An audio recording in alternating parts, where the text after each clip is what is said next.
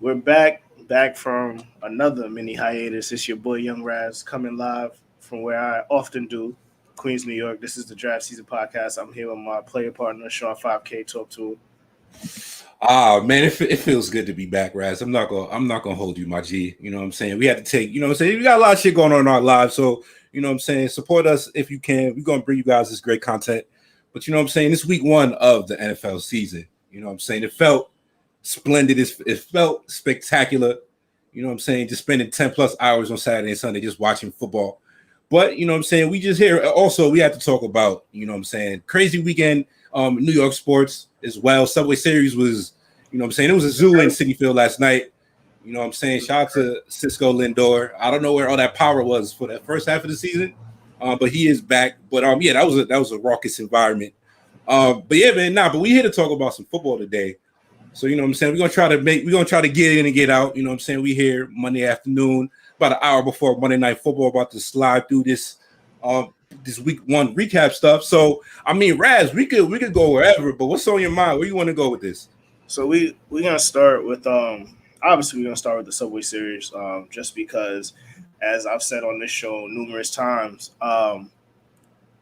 Yankee fans are terrible people. So anytime that you get to stub on their little toe, like that's cool because obviously they're gonna throw the 27 rings at you, you know, 17 or maybe 20 of them were one when shit was in black and white, Babe Ruth, all of that stuff. So we'll go with that. But um, it was just a good environment out there, like you said, at City Field. Lindor got crazy. Baez was involved in the chaos. Pete looked good. The pitching was non-existent for both squads, especially in relief. The bullpens look horrid, but I mean, it felt, it was the anniversary of 9/11, and it felt like back and forth. It's kind of what the city needed, um, in my opinion, for that weekend, just to commemorate. Never forget. Even though we forget about everything else, that's another story. But we won't get too political today. We don't got time. Monday night football starts in an hour, but I think the city needed that, and it was a 2-1 series. Mets probably should have got the sweep, but everybody left, with their playoff dreams and tatters. And now we're gonna watch this final 20 something games of baseball down the stretch and see if any of these New York teams can make the playoffs. Yeah, man. That Stanton home run was nuts. So yeah, that definitely that was a wild game. One of the best games of the season. But I mean, Raz, I guess we could get into some football shit real quick. I mean, we Yeah. can start with the Los Jets, if you would like. So I mean, first game of the Zach Wilson experience, um, the Sam Darnold revenge game. But what Yeah. were your main takeaways from this game? What did you see? All right. So from the Jets, I mean, that offensive line just looked like they never played together before, which they haven't. So there's that. We lost, left tackle Makai Becton to a. They said it was a kneecap dislocation. His knee came out, and he has to have surgery to just tighten up the ligaments. None of them tore, but like just repair them up. So he's out for 6 weeks. They said. So the line is going to be an issue. I think they'll be able to get it back together just with playing together and communication. Like I don't, they're not going to be a top offensive line at any by any imagination, but they should be able to be serviceable with the people that they have on that line. So I think that was the key glaring issue. The young corners didn't look too bad for having a secondary with just from the cornerback position. The most tenured person in the league is a two year player, like a sophomore season. So I would say that the defense they bled a lot, but they gave up 19 points or whatever it was to that like high that offense that should be high power with all those skill position players. So I mean, I'm not the defense isn't the issue yesterday. The linebackers could probably tackle a bit better. CJ Mosley looked very rusty after taking a 2 year hiatus with injuries and opting out for COVID. So I mean that's something to manage as he plays himself into shape, and so with Quentin Williams, who also played pretty bad. But if you can get your best players to play well, this defense can be okay. Offensively, Jamison Crowder, Keelan Cole were out. Those were people that would have been very useful to this team, just in the intermediate and under routes. Corey Davis looks like a number one, so I think that's you paid money for that. That's what you hope to see. Elijah Moore, a little bit of the yips. He did not live up to the preseason hype. He didn't play in the preseason, but the training camp hype. I expect him to be a bit better, so I'm not worried about him. But he did have some major drops, and I think what everybody wants to hear is how we feel about Zach Wilson. Jesus Christ, hold on. I thought the Mets gave up a home run, but it's all good. So I think what's going on is like with Zach Wilson, he had no protection, and I think in the first half, his miscues were a bit electric. Just the arm talent. I think Andy, he let us all down. I mean, if you started him, that's you haven't been listening to the show, but I think personally, Zach. He showed okay pocket presence. I think as a rookie, he was holding on to the ball a bit too long, and that's why he took a majority of those hits. But the arm talent is there. The improv is there. Like throwing on the run is there. And then in the second half, he cleaned a lot of that up, and he looked like the player that they drafted. Yeah, man. Now, Zach, I think just in terms of the moment didn't look too big for him. So, you know what I'm saying? I think that's a good sign for Zach. I feel like, you know what I'm saying? Shout out to friend of the show, our guy, Drew. And he tried to paint me as just like hating on Zach. And, you know what I'm saying? I wasn't the biggest Zach fan, but when you actually, you know what I'm saying? We watch film here, Raz. So, you know what I'm saying? We go in and you watch the tape of what he did at BYU, and you can see exactly why people love Zach Wilson. So, you know what I'm saying? Nah, it is. And I'm not going to say the whole – He's in the chat here right now, but the whole Zach thing, you know what I'm saying, it was over Fields. But Zach as a prospect himself, you know what I'm saying, the arm talent, that throw, who was it in the corner? Was it Corey Davis? You know what I'm saying? Shout out to Corey Davis, my guy. There's too many guys on the Jets that I like for me to just blatantly root against Zach. So I'm not gonna hate on him. You know what I'm saying? I think for his first game, it definitely looked good. Jets run game was completely trash. I think eventually they're just gonna notice that you know what I'm saying? Tevin Coleman ain't it. That's not going. I'm buying low on Michael Carter. It might have to be Ty Johnson. It might have to be that Ty Johnson. Ty Johnson looked that right, but I think eventually they're gonna notice that the line is just like trash, and they're better off. You know what I'm saying? I think Michael Carter is definitely their best weapon out the backfield. They didn't get much out of the running game at all. So I think definitely for sure on that end, I definitely think Michael Carter is a buy low going forward. Another takeaway, I would say, just the I mean, what did you see from Darno? Obviously, you know the Darno experience. I think I let off a tweet a little prematurely saying Darno wasn't that bad, and also shout out to my guy Ben. Ben was good in the chat. What up, bro? But yeah, I think I let off that tweet a little prematurely about Darno. His second half was really shaky. A couple overthrows. I think the Jets played a lot better defense though in the second half too. So I think it's a little bit of both. I think from Sam, just what we saw with him, I will say, as a Jet fan, we didn't do what we needed to do for Sam. We'll say that we said that many times on the show, but we didn't give him what he needed to even pretend to succeed on the Jets.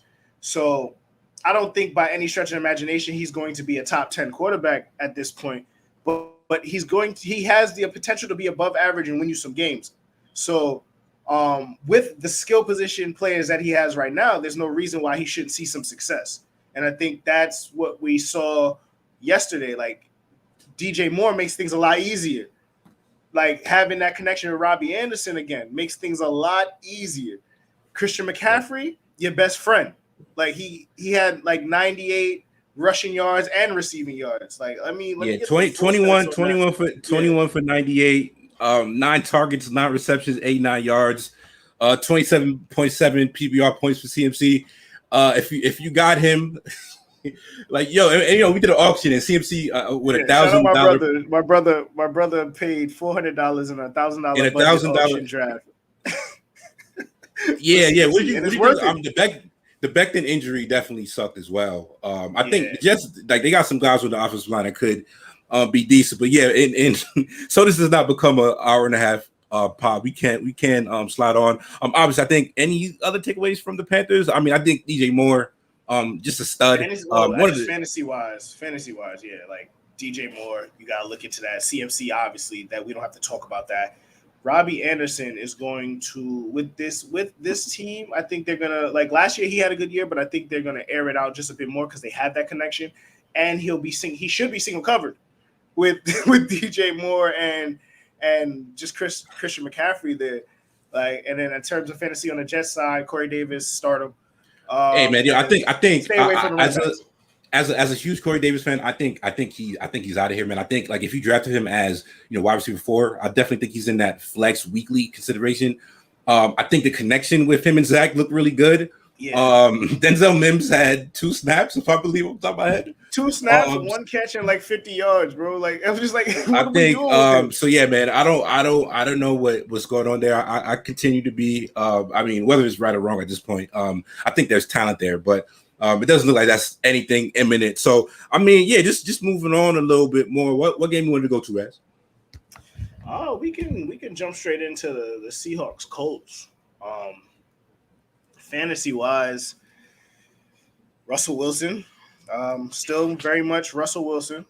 Russell Wilson throws the most beautiful deep ball in the league, man. It's like both of those Tyler Lockett bombs were just things of beauty. Especially the second Tyler Lockett. The second one, yeah. That was the second bomb where he did the over his shoulders Willie Mays catch, which is like, I don't know if you like that's a hard catch if you don't like. That's a hard catch in general, but that's damn near like hard as hell with like to have shoulder pads on and to have the range of motion to do that. Shout out to Tyler Lockett. Tyler Lockett is a stud. DK Metcalf, you know what I'm saying, he had a touchdown late. It was a very silent day for him, but still productive. Silent day for DK. He salvaged it with a touchdown in the end on a post. Which DK Metcalf he just looks different on the field than there was like a real athlete. He just literally just like stole that ball out the air. And but this is in terms of the Colts. I think Jonathan Taylor looked amazing. I think he was also involved in the passing game a lot. Which I didn't see happening because they did just pay Nyheim Hines all that money to be that weapon, especially catching passes out the backfield. And for Jonathan Taylor to get 6 receptions, 60 yards for someone who we decided couldn't catch last year, I think that's very encouraging, like for his fantasy stock, because if you got him even late in a PPR draft, you have to be thrilled with that because what do you get on the ground? About 56 on the ground, 60 with 6 receptions. Like that's a productive day, touchdown or not. But I think even with Nyheim Hines still being there, he still got his 6 for 48 too. So, there's going to be catches out of the backfield in this offense. Yeah, I think like Hines, like I said, shout out to our brother Rios in the chat. Yeah, Hines is a part of that offense, and I think I do have the split in front of me right here if I pull it up. But just in terms of the Colts, it's funny because Carson Wentz, I think he played a better game than he played at any point last year at all. But I still feel like it just kind of felt like the same Carson Wentz experience, just in a blue jersey. The Colts offensive line was dreadful in this game. I think they had a couple of Carson Wentz was getting destroyed back there. They also had a couple of 4th and short towards the end of towards the second half that kind of just messed up their momentum, which kind of cost them the game in the second half. So I think as far as the receivers go, Michael Pittman put up 3 receptions for 29 yards on 4 targets. Zach Pascal obviously caught those.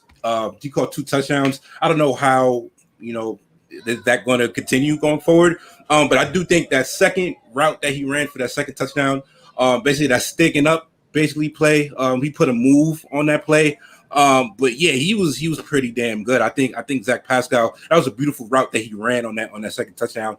And I do think just in terms of, and I've always been a huge Paris Campbell stan. I think he had 1 chunk play, but otherwise, what was that? Yeah, he had 1 catch for 24 yards. He looked good on that 1 catch, but I don't know as far as who else we can trust from these guys. And also one more thing on the Seahawks. Chris Carson, obviously the Chris Carson experience, death taxes, and Chris Carson fumbling the rock. He had that 1 fumble. But I think Pete Carroll is committed to him, so it definitely seems like, what I'm saying, it doesn't seem like he's in danger of losing that. He also had another play where he almost lost the ball. So I mean, it's I mean, who they don't have anybody to put in to like. I was Rashad Penny, like we know that. Heard already. He's heard already. Yeah, there you go. So DJ Dallas, yeah. Shout out to Mike Strahan on there. He's definitely that's somebody. That's another guy to keep a lookout. Just in terms of, I think he did play that. So yeah, I think next game we did want to go to. I definitely what's it called? We go to Cardinals Titans. Cardinals 38, Titans 13. Kyler Murray. Have you ever seen a more elusive quarterback than him? I mean, Vic had long speed though. He just had that long speed, and like don't get me wrong, Vic was shifty, but the shit that Kyler does in like the phone booth, where it's like a quick 1-2, I'm backpedaling, throwing 30-yard teardrops off my back foot into the end zone. Like I'm like, what am I watching right now? And like I wasn't even high on Kyler, but like I was wrong. Here we are. Like so, like here we go. Like unlike those podcasts and those other shit y'all be listening to, we admit when we wrong. Very wrong on the Kyler Murray pack right there. Yeah, I think also, but I think just in terms of the backfield, Chase Edmonds, 12 carries for 63 yards. James Conner had 16 for 53. Chase Edmonds also had four targets, 4 catches, and 43 yards. I think, you know what I'm saying, it's going to be interesting to see how they use Chase Edmonds. I think Rondale Moore's, just his role in this offense is probably going to eat into a little bit of Chase Edmonds' PPR upside. Like I said, I think if you just look at the box score, Chase Edmonds looked like he had a really good night just from the box score. I think a couple of those runs came towards the end of the game in garbage time, and there was a dump off, basically a screenplay on the last play of the first half, where he picked up like I think 30 yards on a reception, basically. So it's going to remains to be seen how good Chase Edmonds is. Christian Kirk also had a pretty damn game. This is another one, and if Christian Kirk has this breakout season this year, I'm going to be pissed off because I'm somebody who's been a huge.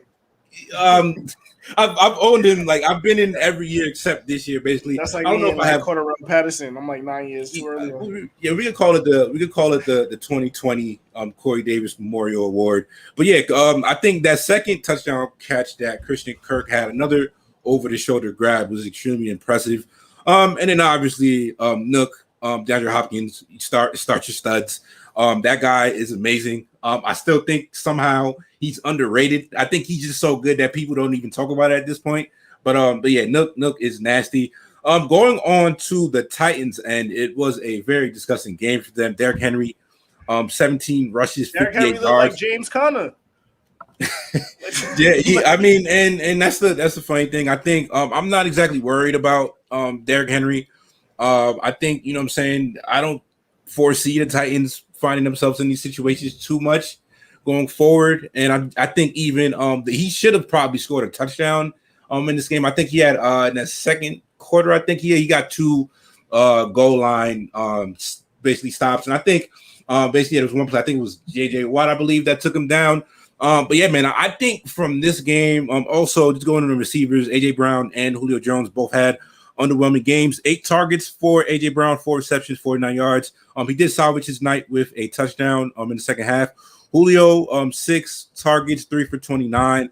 A really dumb personal foul, which kind of just really fucked up their momentum in that second half. But he was also, you know what I'm saying, he was hurt all training camp. Not exactly worried. Who would have thought about who could have? I mean, you're not wrong, but you know what I'm saying. Julio Jones hurt. I'm sorry, Julio Funches, as I refer to. Stop it. But I think, you know, they just decided to feature Chester Rogers today. He got 6 targets, 4 for 62. Shout out to Chester Rogers. Shout out to Chester Rogers. But my main takeaway from this game is I would be aware if I have players going up against the Cardinals in the fantasy. Because I'm not exactly sure the story will be told over the remainder of the season, but you know what I'm saying, this Cardinals defense looked tough. You know what I'm saying? I tweeted this earlier, but Isaiah Simmons also looked spectacular in this game. Whatever, he looked like a rookie last year, but he was everywhere in run fix. And you know what I'm saying, him also, Budda Baker, one of the best safeties in the league. That line, Chandler Jones, He tore Taylor Lewan a new one. And JJ Watt was JJ Watt in this game. So I would be aware of starting guys who are on, just the periphery of, just safety as far as receivers goes. Because this Cardinals defense, if this ends up as a top 10, top 5 unit, because that's how they looked in week 1. And I don't think just as far as the Titans go, Ryan Tannehill, you take away the play action, he's not too dangerous and he's not really going to beat you. But I'm not too worried about all of these guys. I think there are better nights ahead for the Titans. Do you have anything else on this game, Baz?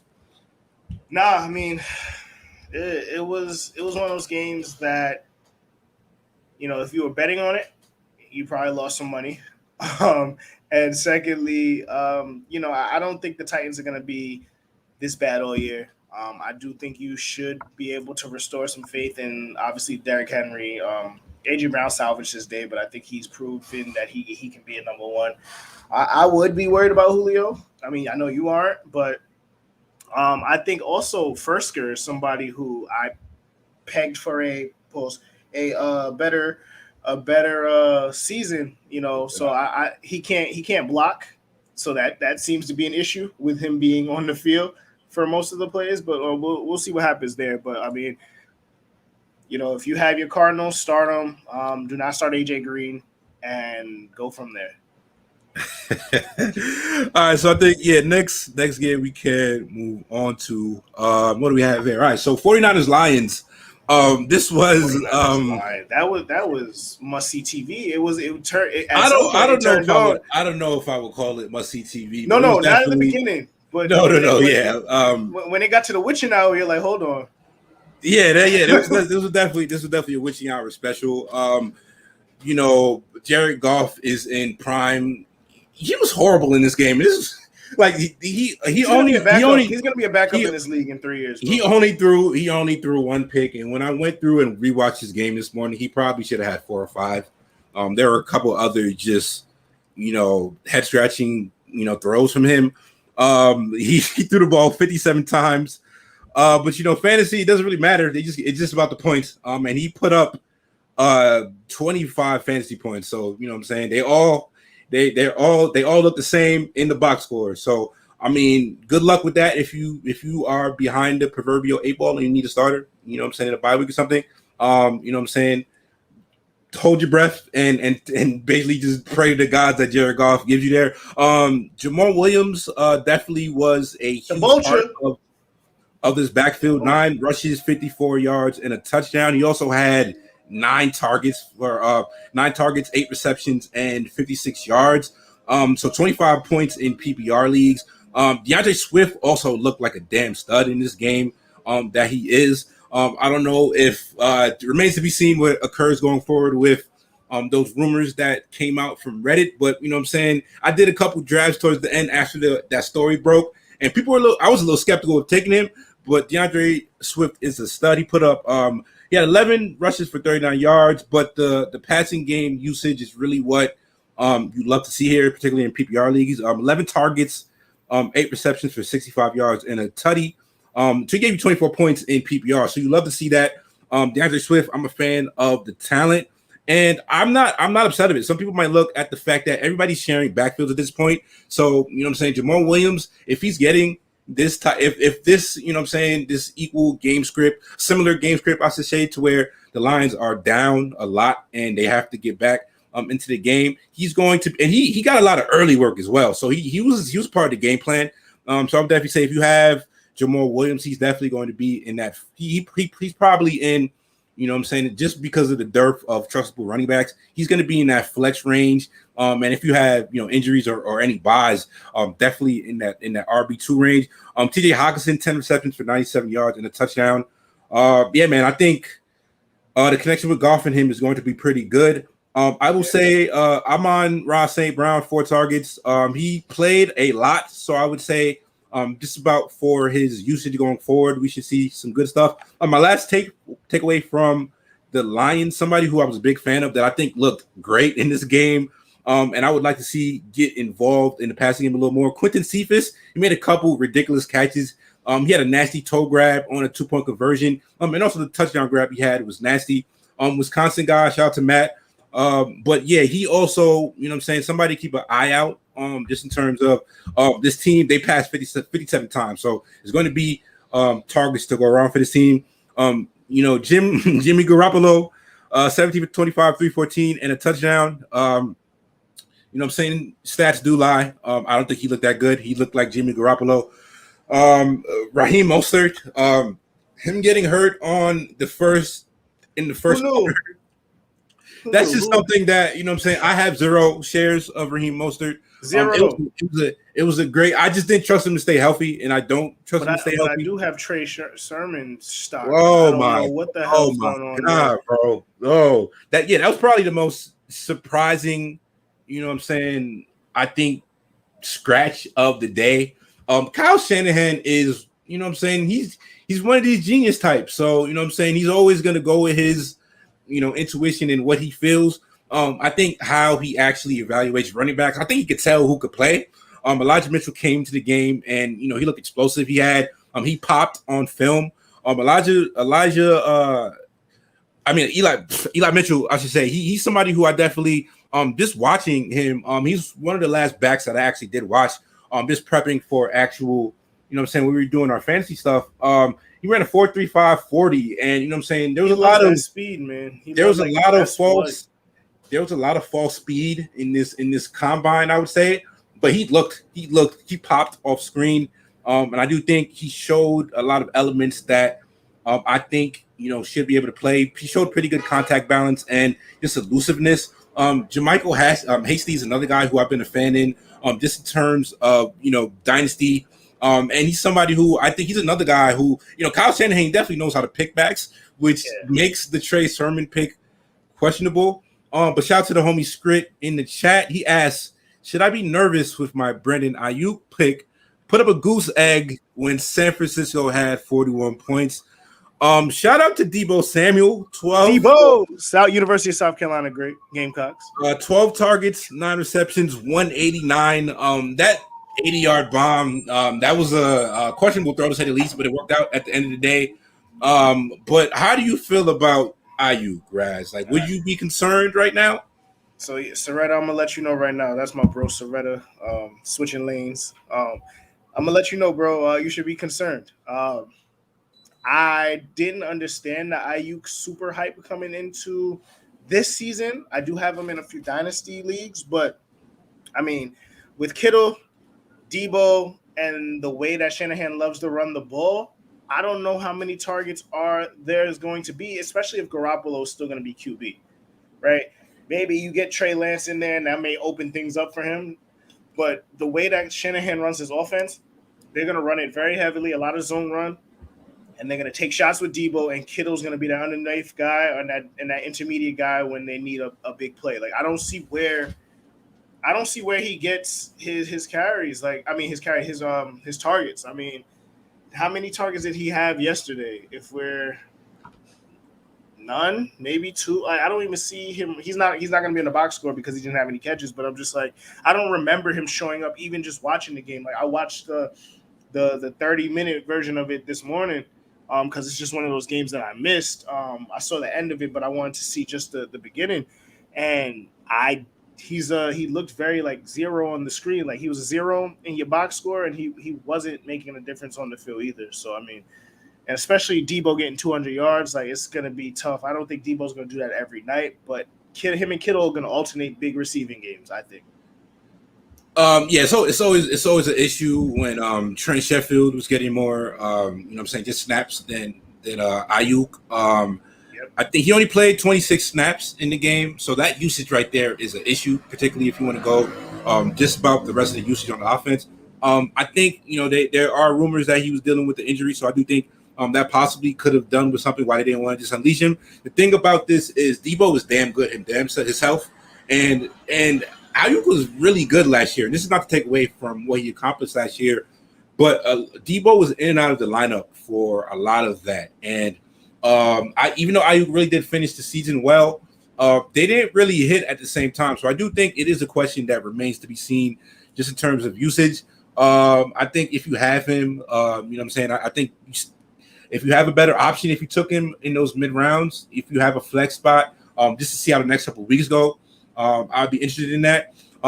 Eli Mitchell and JaMychal Hasty are definitely at the top of all waiver ads this week.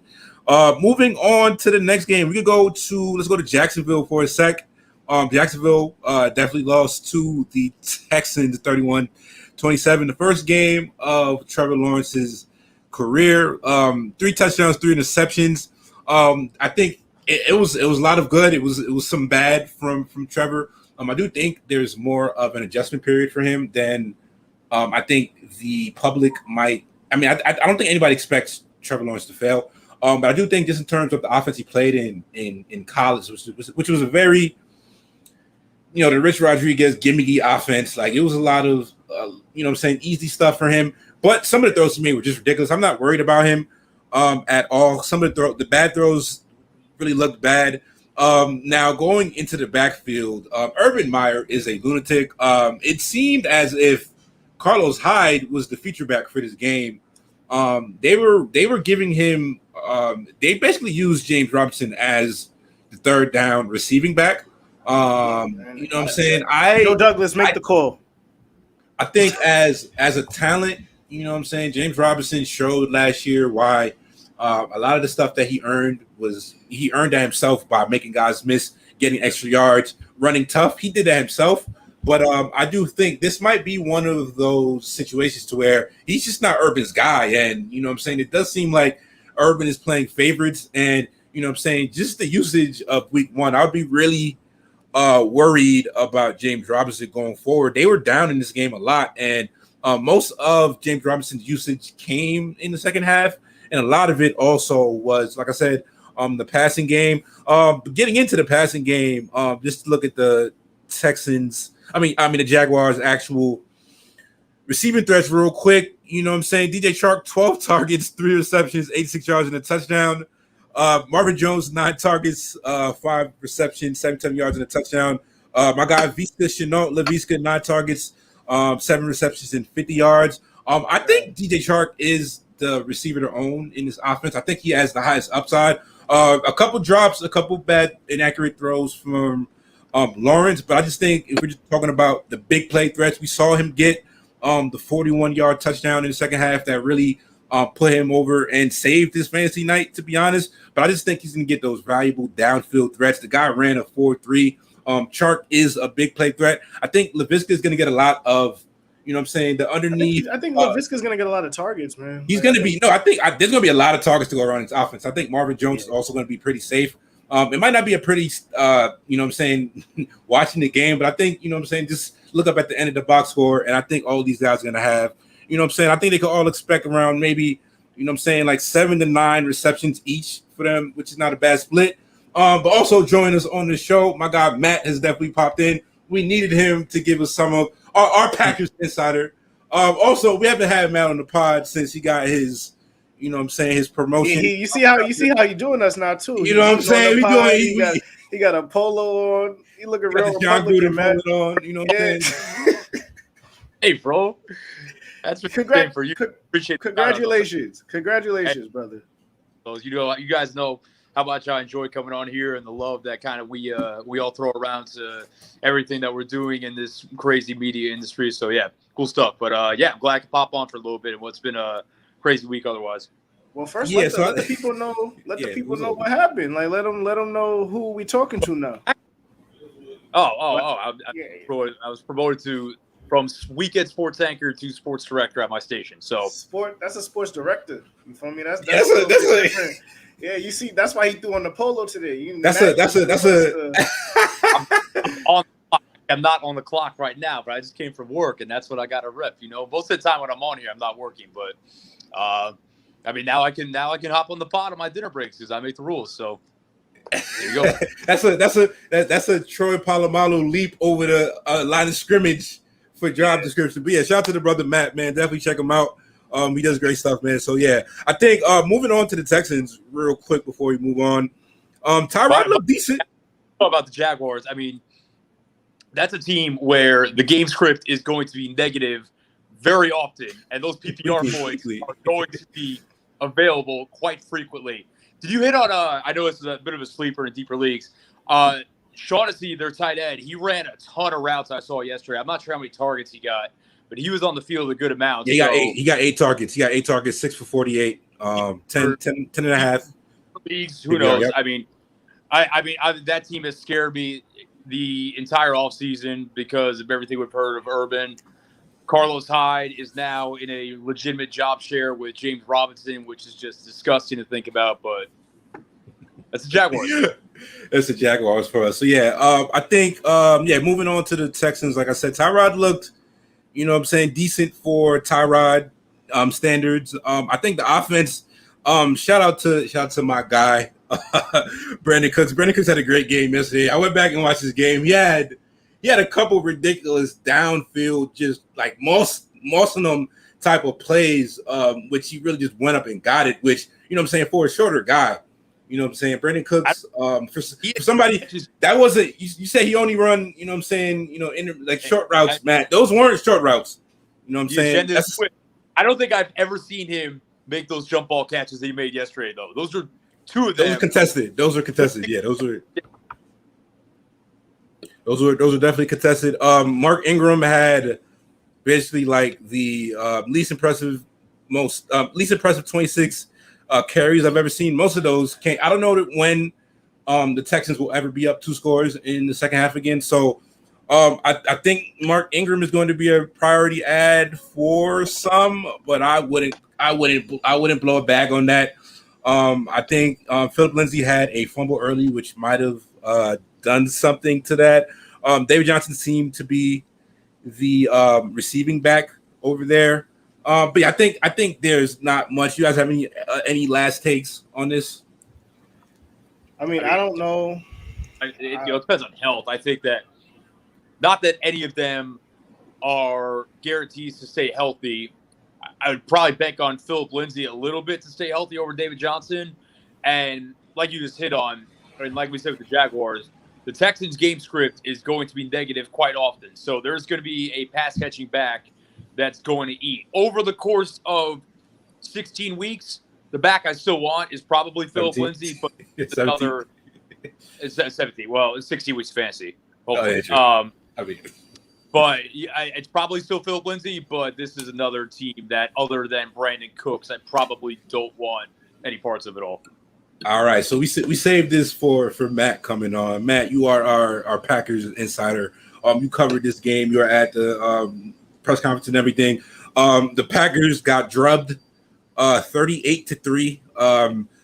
I don't know if I can recall the worst Aaron Rodgers game. It was just pretty nasty all around. But Matt, I mean, I didn't get a chance to go back and watch this game. Obviously, Jameis had a spectacular night. Famous Jameis, man. Famous Jameis. But what were your takeaways from this game, Matt? I mean, I'll give them credit. They don't lose often under Matt LaFleur. But when they do lose under Matt LaFleur, most of the time they get the absolute piss kicked out of them. That happened again yesterday. And a lot of these games where they lose really badly under him, the ones that don't, well, to be honest, even the NFC Championship game last year kind of fits into this. What happens is they get behind early. LaFleur kind of gets away from the foundation of that offense, which is obviously a lot of running the ball and establishing the pass off the play action and bootlegs and, just scheming guys open. And if there is credence to saying that Aaron Rodgers plays hero ball, it is in these games where they get behind and they basically just tell him to get us back in the game. Rodgers said after the game that it reminded him of a game in San Diego a couple of years ago where something similar happened and they just had no juice, and that wasn't as bad as this. But I think it was just weird because people could say they didn't have a preseason, but they didn't have a preseason last year, and they came out and they lit the Vikings on fire in week 1.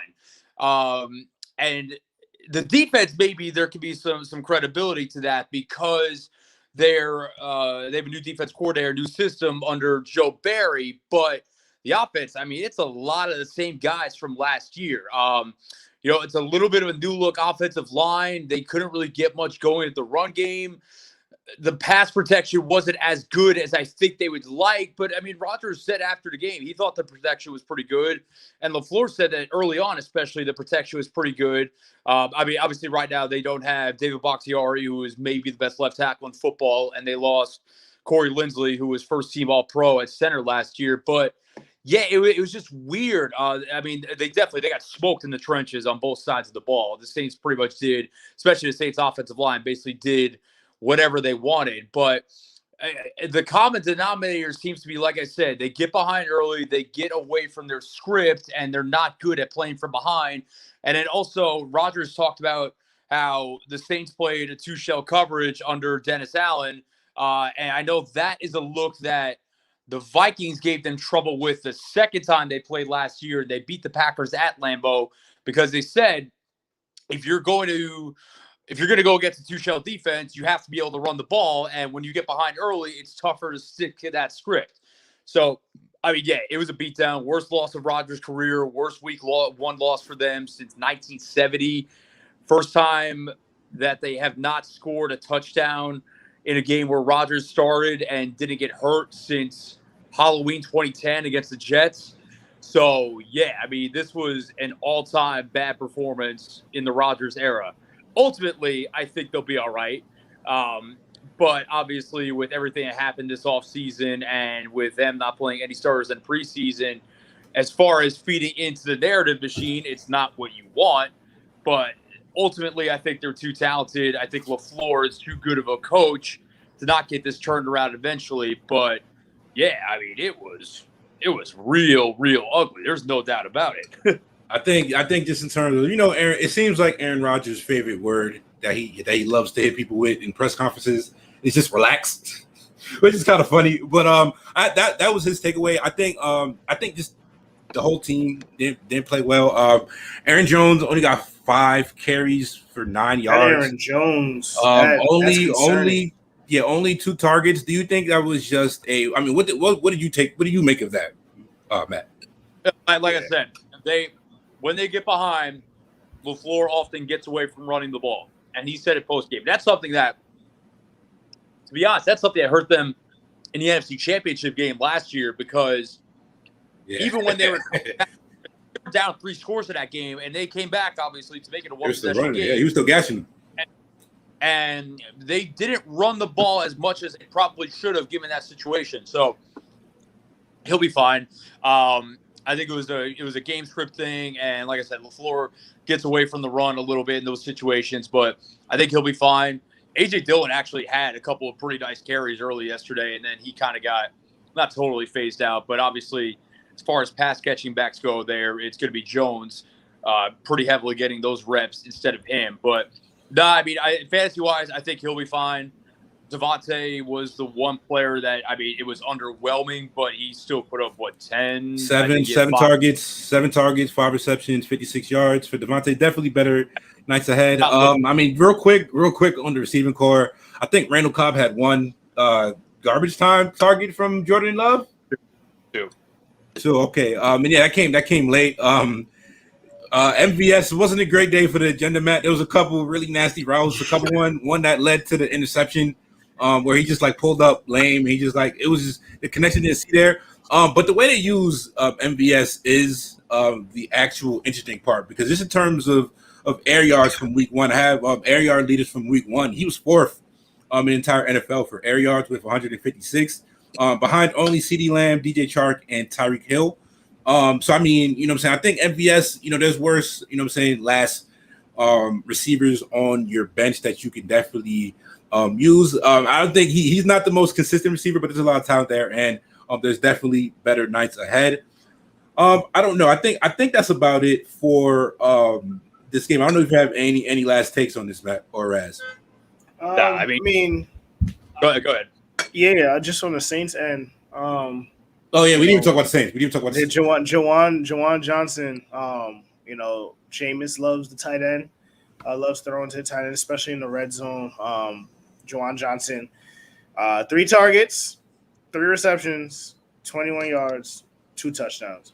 He's somebody if you don't own. All right, so I'll stop you. I'll stop you right there, Raz, because I think it is interesting, and he came out of nowhere, and there's a lot of preseason hype for Adam Trautman, and if we're just looking at it, Adam Trautman played 82% of the snaps, which is much higher than what Juwan Johnson played. I'd have to pull this up, but I know it's much higher.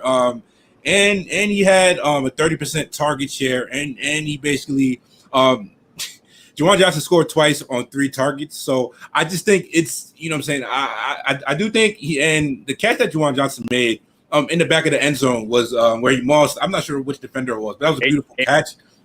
Yeah. So that was a beautiful catch. So I could definitely see him being a red zone threat.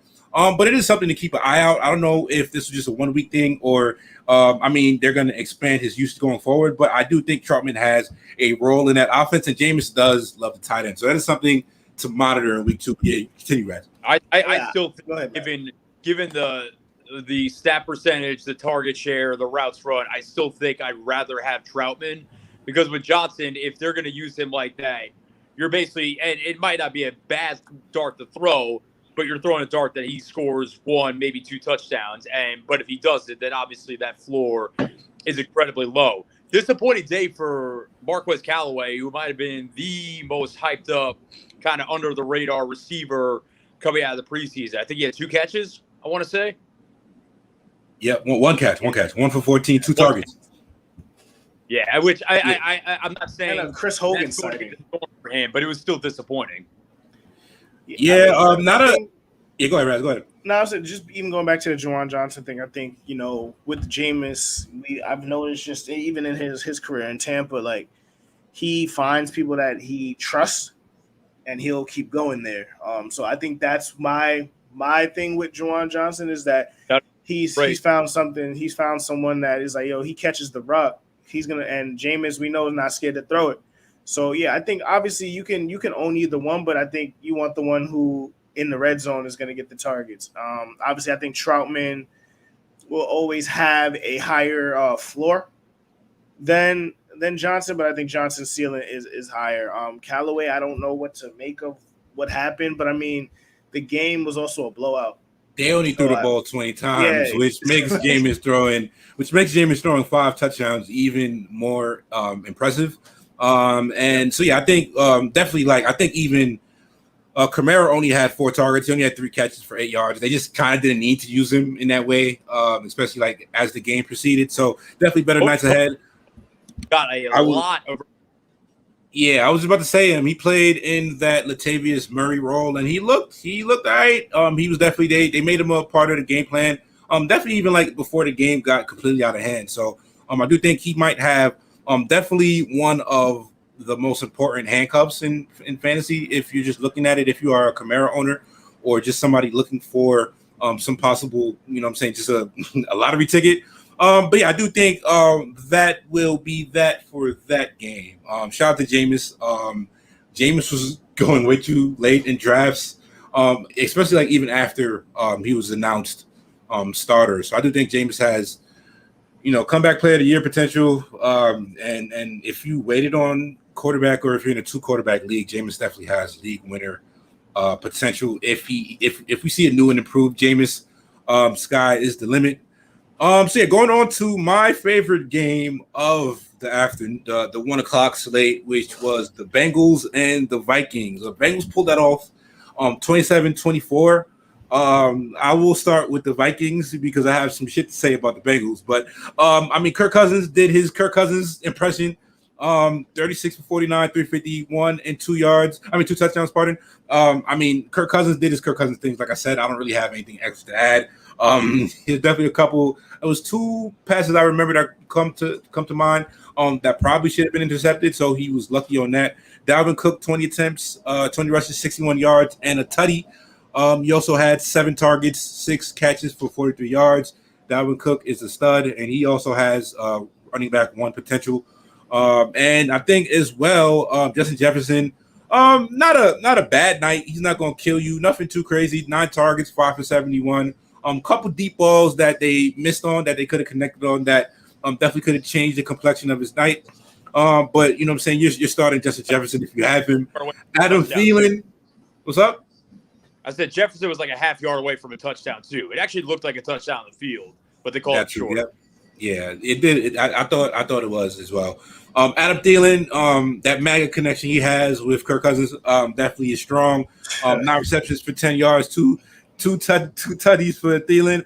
He's just a security blanket, and I think some people label Thielen as a bust, but I just think his rapport with Cousins is just battle tested. And even when Stephon Diggs was there, you know what I'm saying, Kirk Cousins was always comfortable throwing at Thielen. So I think even as good as we all know Justin Jefferson is, Adam Thielen is going to have a role in that offense. You guys have anything on the Vikings side of the ball?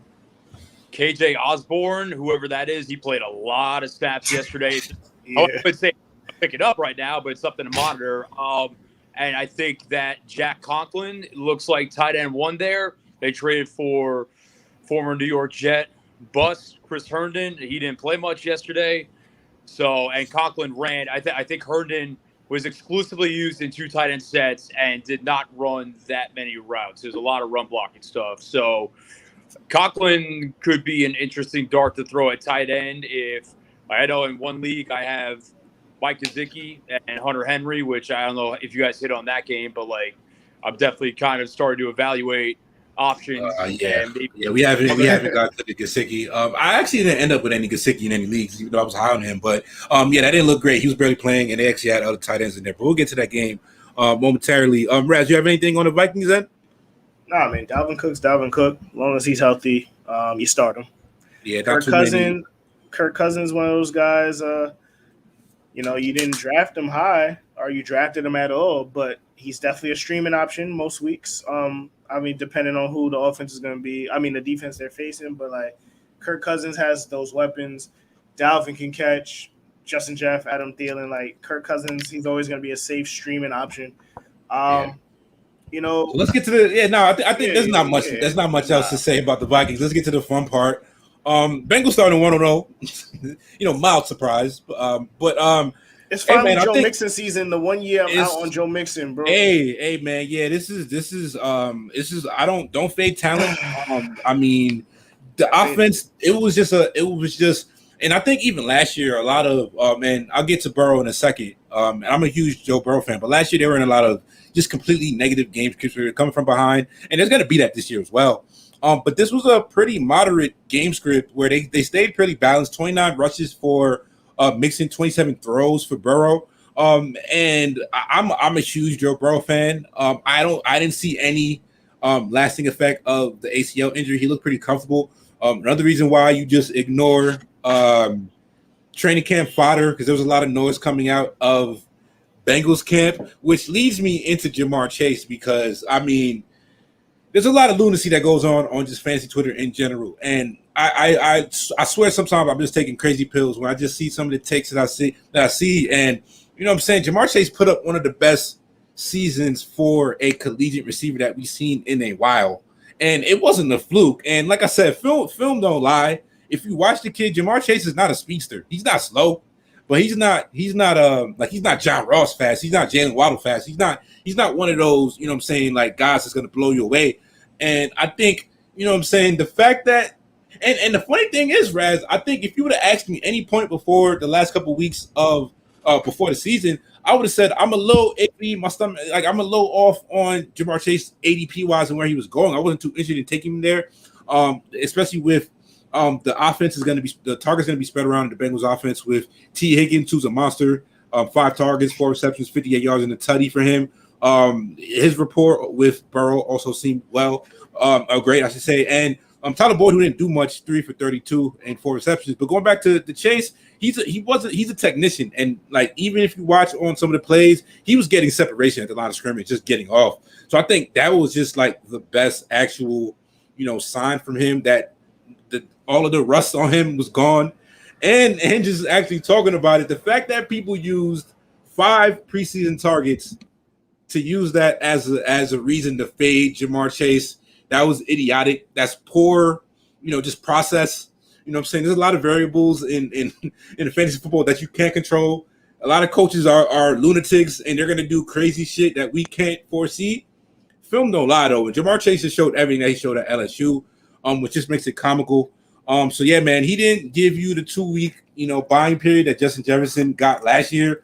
But yeah, if you have, Jamar Chase as a flex, start him away. There's going to be a lot of fantasy points going forward.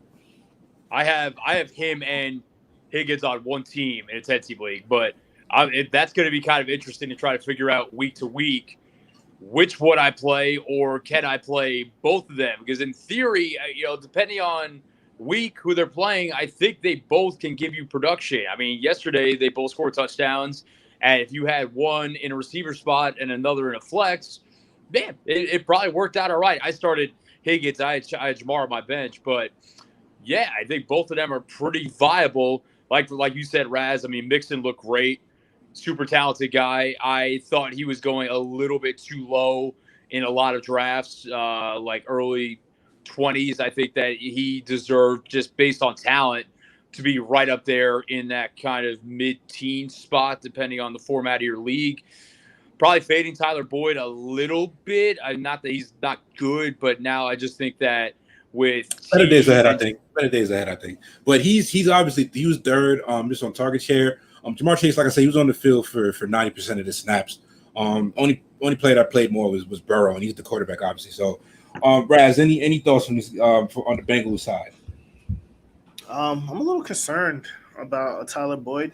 I know I shouldn't be, because Joe Burrow is going to sling the rock to a bunch of targets, but I think T. Higgins being that dominant and efficient, and that like Jamar Chase connection that they have from college may really start to take away some of the shares from Tyler Boyd. And if Joe Mixon is going to look like this Joe Mixon all year, Tyler Boyd could end up being the odd person out. And by odd person out is the least used out of a potent offense. You're not going to get him. You're not going to get what you thought you were going to get from the beginning of the year. I was getting ready for work yesterday, and I got the scariest false alarm alert when I look on Twitter and I see T. Higgins being taken to the locker room on a cart. I'm like, what happened? And then, because I didn't see anything about like him being injured or anything like that, and then they said he was getting an IV, so we're all good.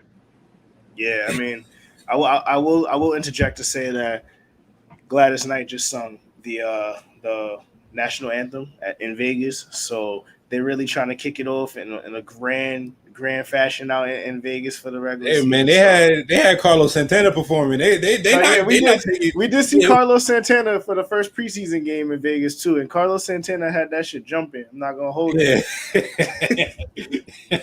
No, that was a good show. But yeah, go ahead, Matt. Go ahead. I said you guys were at that game, right? That first preseason game. Yeah. The stadium's incredible, but bro. That was like the first game of that stadium with fans. Period. With fans, yeah. That's sick. Yeah, so I mean, I think we could jump to. We could jump to Patriots Dolphins. You want to do? Go ahead, Raz. Go ahead. Yeah, we can go Patriots Dolphins. The era of Mac Jones began. Didn't look bad. Whatever. McCorkle. Oh yeah, it didn't look bad. I mean, he looked pretty solid. Tua, someone I've been low on forever. Looked okay. Well, he had one really bad throw, which pretty much got the slander started for that end. But they didn't ask him to do much. I think there was a lot of we'll see when he gets Fuller back how he looks with all his weapons as well. But yeah, there was early work out there though. Early work for a lot of speed. Early work for Waddle. They targeted him on the first two plays of the game. Tua also threw a beautiful, basically a fade out of the slot for Waddle, which he went up and made a nice contested grab. And that's what Jalen Waddle does. He also had a pretty bad drop somewhere along the lines. But yeah, man, I'm interested in Waddle. I think he's going to be a big part of this offense. Devontae Parker also 7 targets, 4 for 81. On the backfield, I do think this is something to watch going forward. Myles Gaskin got 9 carries. Some people looked at Myles Gaskin as the feature and the bell cow in this offense, which I do not agree with at all. And the usage in week 1 really didn't foresee that. He only had 14 touches, 9 carries for 49 yards, and 5 receptions. Caught all of them for 27 yards. So I think it remains to be seen from Salvan Ahmed when he was on the field. He did look like the more spry back, even though he didn't really get and he didn't get a lot of work. But yeah, I think this is something to watch, and I wouldn't feel too comfortable with Gaskin. But yeah, what other takeaways you had from this game, Matt? I mean, Matt Araz. Well, I think we were saying all summer that Gaskin at his ADP was drugs. There was no reason to be taking Gaskin in the 40s or even the low 50s, to be honest, because and Malcolm Brown had a relatively nice role yesterday too, did he not? I think a lot of that came late. I think they used him in a lot of that came late for the usage. They used him on a really big play out of Wildcat late. But he wasn't really involved early. So I do think for the most part, Gaskin and Ahmed are the two guys, Ahmed, pardon, the two guys from that backfield. Yeah, Raz, any other takeaways from on the Dolphin side or Dolphin side? Like you said, I'll wait. I'll wait to see. I'm scared. I'm not like if Gesicki had a ton of targets and played a bunch of snaps, I would be not that worried. But I think that there was another tight end whose name is slipping my mind who played more snaps than him, which is very concerning, especially considering he didn't get any targets when he was actually on the field. Yeah, Durham Smith or Smythe. Yeah, I don't remember what it is. Yeah. We got a trade question in the chat. Shout out to that guy. What was it? Zachary, I don't want to butcher your name, but we're gonna say Zach C in the chat. He has a trade question for us. So we'll ask Matt and Raz on this trade question. Robbie Anderson and Chris Carson for Brandon Cooks and Miles Sanders. I don't know which side you are. PPR leagues. Raz, you can go first on that. That's PPR. I think the Brandon Cooks and Miles Sanders side. Yeah, I would rather. They're the winning side for sure. I just don't know. I guess that answers it. Like, if you are the one getting Brandon Cooks and Miles Sanders, do it, especially in PPR.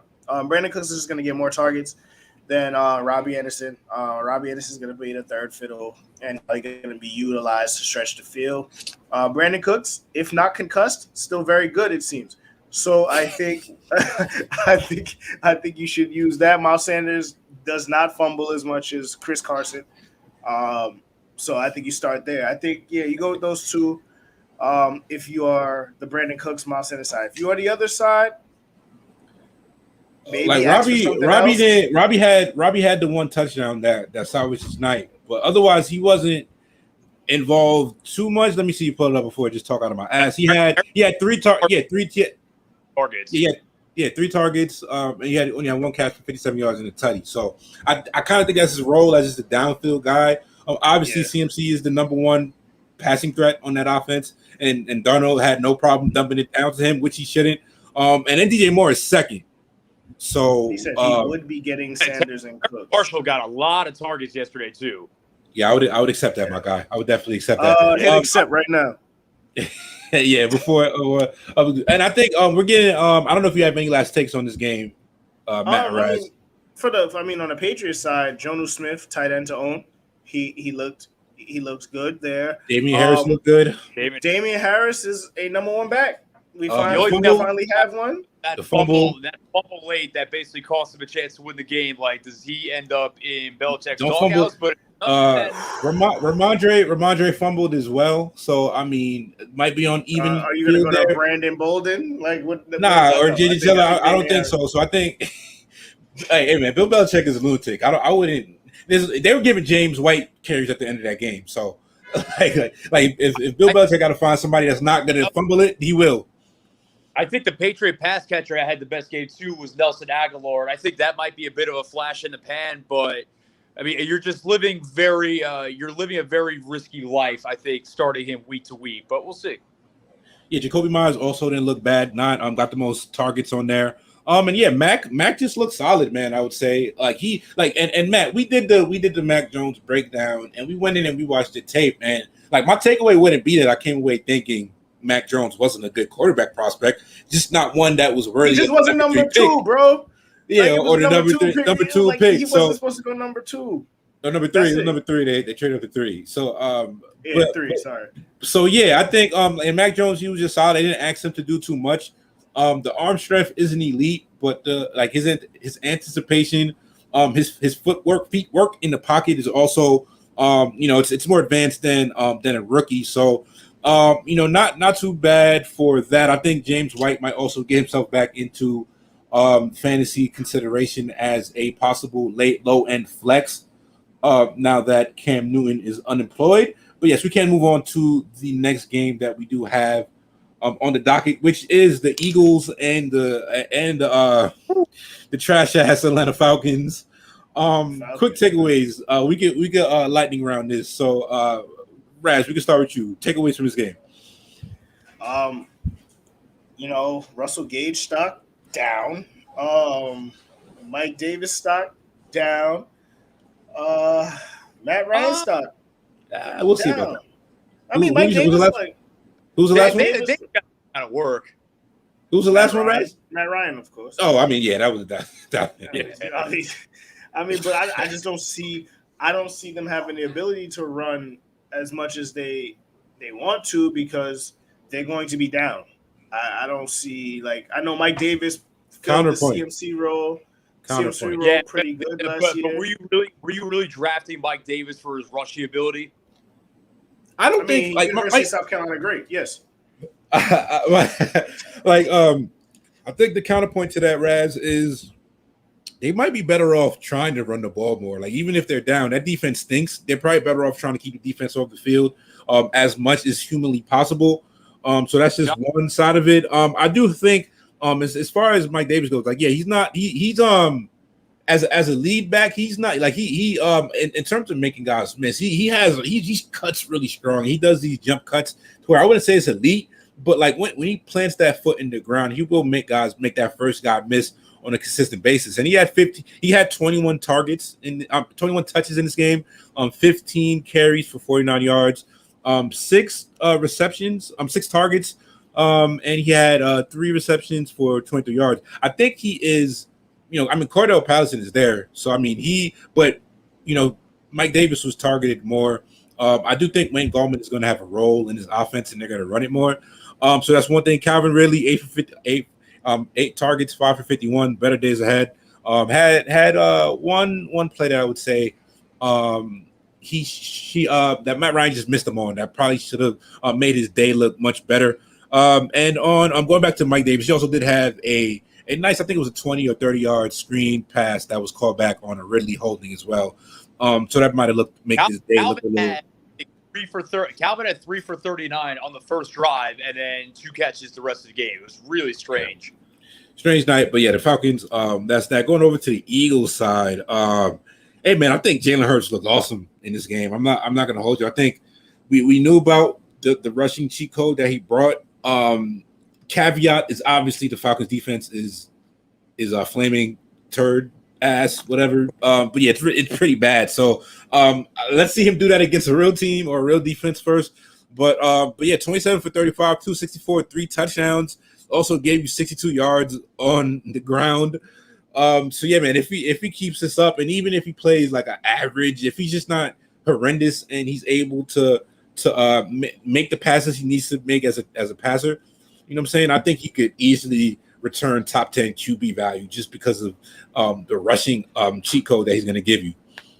Well, if he throws like that, if he throws the way he did yesterday, I don't see any way he's not a top 5 quarterback. Honestly, I'm not saying I expect that week to week, but if he's close to what he was yesterday, then yeah, he's with the rushing built in. I think he's pretty easily a top 5 quarterback. Devontae Smith, obviously that chemistry.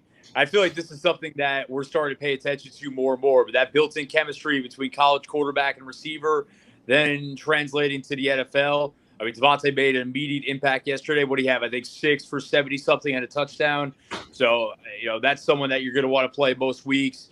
I think the guy that Miles Sanders looked pretty good, but clearly Kenneth Gainwell has taken over the number 2 running back job from Boston Scott, and that's someone in deeper leagues I think might be worth the stash. He had 9 carries, 37 yards, and a touchdown. He also had 3 targets, only 2 catches for 6 yards, but he had he should have had a touchdown that was basically ruled down at the 1. So yeah, he was pretty close to having a huge first game of his career. And yeah, I think just in terms of Miles Sanders isn't somebody that you really want to grind in between the tackles. He is somebody you want out in space and with a lot of outside zone plays. But yeah, he got a lot of chunk runs in this game, and he looked pretty good. But there is a role for a second back in this offense, and I do think if he got 9 carries, like I said, so if he's getting that type of work and getting some third down targets out of the backfield, he is somebody who could definitely return some pretty nice PPR value. Josh Jacobs had a very rough start to this game. He's hurt. He's hurt already, I think, right? He's back in the game. He just dropped the pass. So. Yeah. Oh, you're behind me. I mean, I'm behind you, so I just sort of try to run a fade to Hunter Renfrow. But I think if you're, looking at the Philly receivers, Jalen Reagor, somebody who is looking to bounce back, from last year's season, and I think he has a really good shot just with Devonta Smith being on the other side of him, who's going to draw a lot of attention. He also looked the part last night. They both had touchdowns, so either one of them are going to be pretty just good options, especially if Jalen Hurts continues to look like this.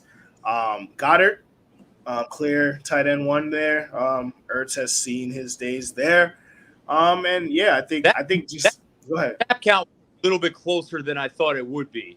Yeah, I mean, Ertz is still very useful. Yeah, Ertz got 2. He got 2 targets though. Yeah, he got 2 targets, and yeah, they run a lot of 2 tight end stuff. So yeah, I think that's a quick one that we'll be able to. If you probably drafted all those guys. I don't know if Kenneth Gainwell is on the waiver wire in your league. That is probably somebody who is worthy of a pickup. But yeah, I think we can move on to the next game. Fellas, I got to put out here, get back to work. So now you good, man. Appreciate you popping on here, man. And I'll catch you on the flip side. All right. Yes, sir. Later, man. All right, peace out.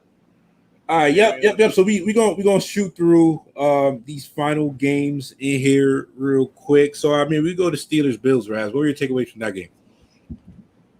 So honestly, Devin Singletary, before the 2 fumbles, he looked like the guy we all were trying to draft for the last 2 years, man. Like he looks like he has the burst through the hole. He very efficient with his carries, but those 2 fumbles are something that I'm concerned about now. Like, does that give Zach Moss life again? Does that muddy up the running back position again? And to my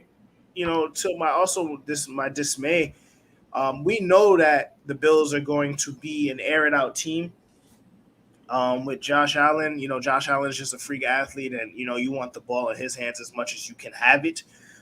So I don't know how many 11 rushes for 72-yard days from Devin Singletary we'll see. But I will say that that O-line is looking good. I just think the Steelers defense is very good, and that kind of just took the Bills out of whack. I didn't expect them to lose that game at home, but maybe the Steelers are back to their old tricks. Stephon Diggs is a start and forget about it kind of person. Cole Beasley showed anti-vaxxer, so draft at your own and pick up at your own risk. But 13 targets. Yeah, he got 13 targets though. Yeah, Cole Beasley is one of those guys you got to have in your lineup. Like he's people were saying, is he good enough to be making all this fuss? Yeah, it seems that way because he's very useful, especially for Josh Allen. Yeah, and Emmanuel Sanders has a pulse. Yeah. So, I did say that. Just looking at just the target share for the Bills receivers. Yeah, that's something I did say about Emmanuel Sanders having a role in his offense. But Diggs had 14 targets, Beasley had 13 targets, Emmanuel Sanders had 8. And Gabriel Davis had 5 targets for 2 catches and 40 yards, and he had a touchdown that salvaged his day. But yeah, just in terms of Josh Allen, I don't think Josh Allen played his best game. Just 30 for 51, 270. He missed Emmanuel Sanders on a deep bomb that probably would have been a touchdown. That probably would have changed his day. But I think it just seemed like an offensive struggle in this game. I don't think either team really had a good a flow to their offense in that first half for sure. I don't think Pittsburgh gave Najee Harris a hole to run through in the first half at all. Like he was met in the backfield every time he got the ball. But Najee Harris played every single snap of that game on offense for the Pittsburgh Steelers. So that is definitely, if anybody is selling low on Najee Harris, I would buy low just because he's getting all the work. Kellen Ballage, Benny Snell, those guys were nowhere. Anthony McFarland, those guys were nowhere to be found in this actual game. From the receiving end on in Pittsburgh, obviously Ben looked how 38, however old he is. He definitely looked like you know what I'm saying, a zombie out there, just a mummy, I should say. Deontay Johnson, 5 for 36 with 10 targets. The 10 targets is probably what you love to see. He did get a touchdown to salvage the day. Juju, security blanket. And I do think Chase Claypool only got 5 targets, 3 for 45. And he did get 25 yards on an end around. But I do think that is just something to watch about Claypool's actual usage going forward. I think he might be he's going to be definitely a boomer bust, guys. Yeah. I mean, Juju, put up that video that didn't instill confidence in me in drafting him on any of my rosters. He's back on the TikTok. But I will. no grown man should ever be kicking their feet up in the air. Nah, whatever floats your boat. I had a homeboy tell me in one of my group chats that he knows that Mike Tomlins is running through packs of Tums with Juju on his team. So I mean, but Juju, he did what he did. He's looking like he's going to be that intermediate guy again. Deontay Johnson, very impressive catch. But I would still bank high on Najee Harris, like you said. I think Tomlin and that squad are going to run the ball a lot this year. To hide the fact that Big Ben is I mean, they're not hiding it from us, but to hide Big Ben being that old, and so I think we could move on. Yeah, like I said, you're starting all your guys. Najee Harris is still to start all your Pittsburgh receivers. If you drafted them, you're still putting them in your lineups for week 2. Next game for us is we're going to fly through Chargers Washington. Obviously Fitz got hurt. Seemed as if he's going to be out for he's on IR. So he's on a 3-week IR though. All right, we'll see about that hip injury. Taylor Heinicke almost led a comeback before Antonio Gibson's late fumble. But other than that, Antonio Gibson looked phenomenal. Shout out to Harlem just being loud outside. But yeah, Antonio Gibson looked phenomenal. And he's definitely a stud. J.D. McKissick, 1 target, 1 carry. That's not good. That's not good. Nah, definitely not. He doesn't seem like he has a role. Terry McLaurin didn't have a catch until late in the second quarter. He is still seems to be quarterback proof, so I think going forward there should be better days ahead for him as well. And that catch he made was absolutely insane. Justin Herbert, 31 for 47, 337 in a touchdown. Yep. He looks the part, man. I think he definitely looked the part. Austin Eckler, 15 for 57 and a tutty. He didn't get any receptions though, which is he didn't get any receptions. Not definitely concerning. Just usage wise, Austin Eckler is somebody who I think just these smaller boned guys. It's always remains to be seen how many touches is the sweet spot. So you make sure you're not killing these guys. From a fantasy owner perspective, I don't have Austin Eckler anywhere, but I wouldn't want him getting 20-25 touches a night. Because I don't think he would be there for me when I needed him most. So I think, but just in terms of the receiving game, I think there probably will be more receiving work for him. But Justin Herbert be slinging that thing. So I mean, Keenan Allen 13 targets, Mike Williams 12 targets, 8 for 82 and a touchdown for Mike Williams, 9 for 100 for Keenan Allen. Those guys are. I think Mike Williams is going to be getting himself into low end flex status. I just think the more that rapport grows with Justin Herbert, everybody knows how talented that guy is. So it just remains to be seen if you could put together a full season of just good production. Raz, everything else on that last game? Yeah, I mean Gibson, you're gonna start him. Eckler, my guy. I drafted him in a league, so I do need him to not cock out on me this year. But I mean, he got into the end zone. I don't think he's going to be a person who doesn't get involved in the passing game, so I'm not too worried about it yet. Keenan Allen, it's just a pleasure watching him do what he does every week. Start him. Mike Williams, always hurt, but could this be the year that I missed out? Jared Cook also very useful in how the tight end pool is. It's very, very, very barren. So Jared Cook is somebody, if he's on your waivers, I might actually go and get him because for sure. You never know what's going to happen at the tight end position. So I mean, I think we can go from there. Yeah, so I think going on to the next game, Chiefs, Kansas City. Chiefs was a good one. Out. Very good definitely game. a good one. Patrick Mahomes playing from behind is must-see television. Definitely, it was lovely seeing him get in his bag.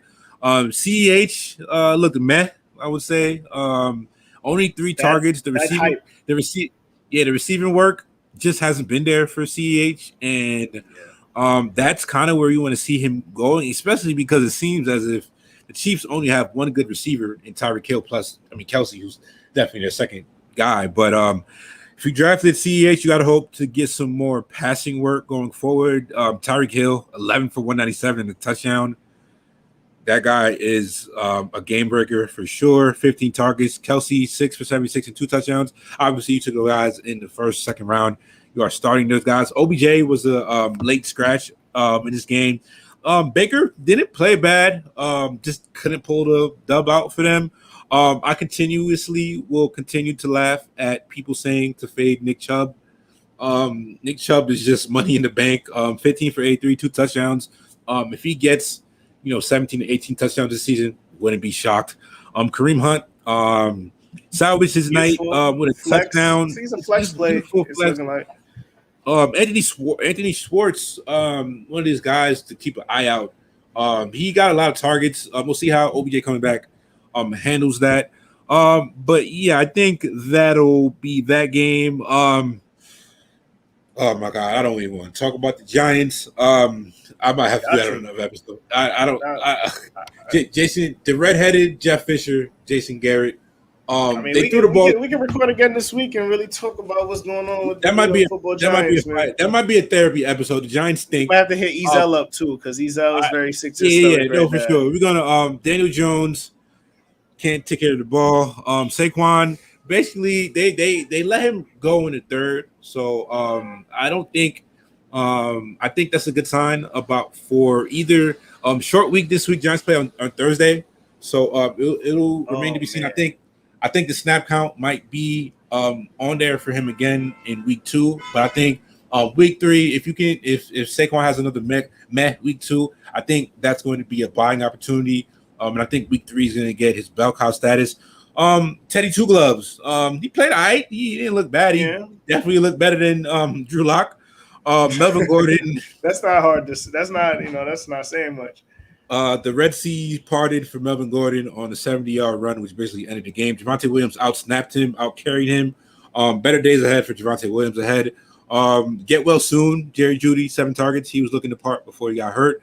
Cortland Sutton, only 3 targets, 1 reception for 14 yards. No Jeudy, so we're going to have to see how that affects his usage going forward. 8 targets, 6 receptions for 60 yards for Noah Fant. Not a bad day. Definitely better days ahead.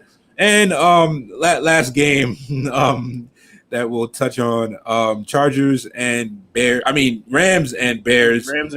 Matt Stafford looking like one of those guys. He was letting that shit fly, man. I think that's a good sign. I think that offense, as good as that offense has been in the past, this is a level of explosion that we saw from them last night that they were just lacking in the past, especially with that deep passing game.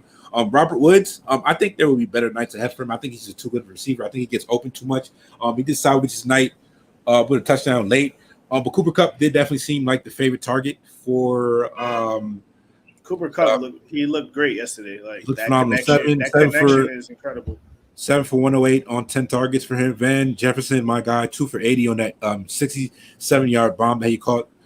Tyler Higbee, it was a great throw. We got it. Like that throw was incredible too. Incredible. Tyler Higbee seemed to have a nice connection with Goff. With Goff. Stafford, 6 receptions, 5 for 68. Darrell Henderson received 94% of the snaps, 16 rushes for 70 yards and a touchdown. Sony Michel only got involved late in the game. I don't think we're out of the doghouse yet with Darrell Henderson, somebody who I have in a couple leagues, but let's see as Sony gets a little more comfortable and familiar with the offense, how much he's actually being used. But for a week one sign, that's a great sign for him as well. Andy Dalton fucking stinks. Matt Nagy, you really don't cherish your job because that game went about. It felt. Don't even talk about that. It felt like it's not. It just felt like an insult to my intelligence. David Montgomery, we could talk about that guy because he looked good. He finally looked the part. That touchdown where he basically just he told Aaron Donald, get off me, which what I'm saying, that doesn't happen often. So I'm a David Montgomery fan. He's somebody who got a lot of slander last year because of that one graphic that compared him to Saquon Barkley, Le'Veon Bell. I'm forgetting the other two backs that were on that graphic, but yeah, David Montgomery, if you got him, you're starting him. Better. Allen Robinson was blanketed with Jalen Ramsey all night. Still got 11 targets. Better nights ahead for Allen Robinson. But yeah, man, that's about it. I mean, we didn't talk about Thursday Night Football. Tom Brady, he's still good.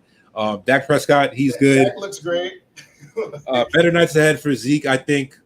Even though I don't think CD and them are the real deal. Amari, clearly the person to have this year. The 1 year I don't have him. He looked fucking incredible. And then better days ahead for Mike Evans. Ronald Jones, Bruce Arians is not the dude you want to end up in that doghouse. So keep Ronald Jones on the bench for foreseeable future. Antonio Brown, he's also pretty damn good.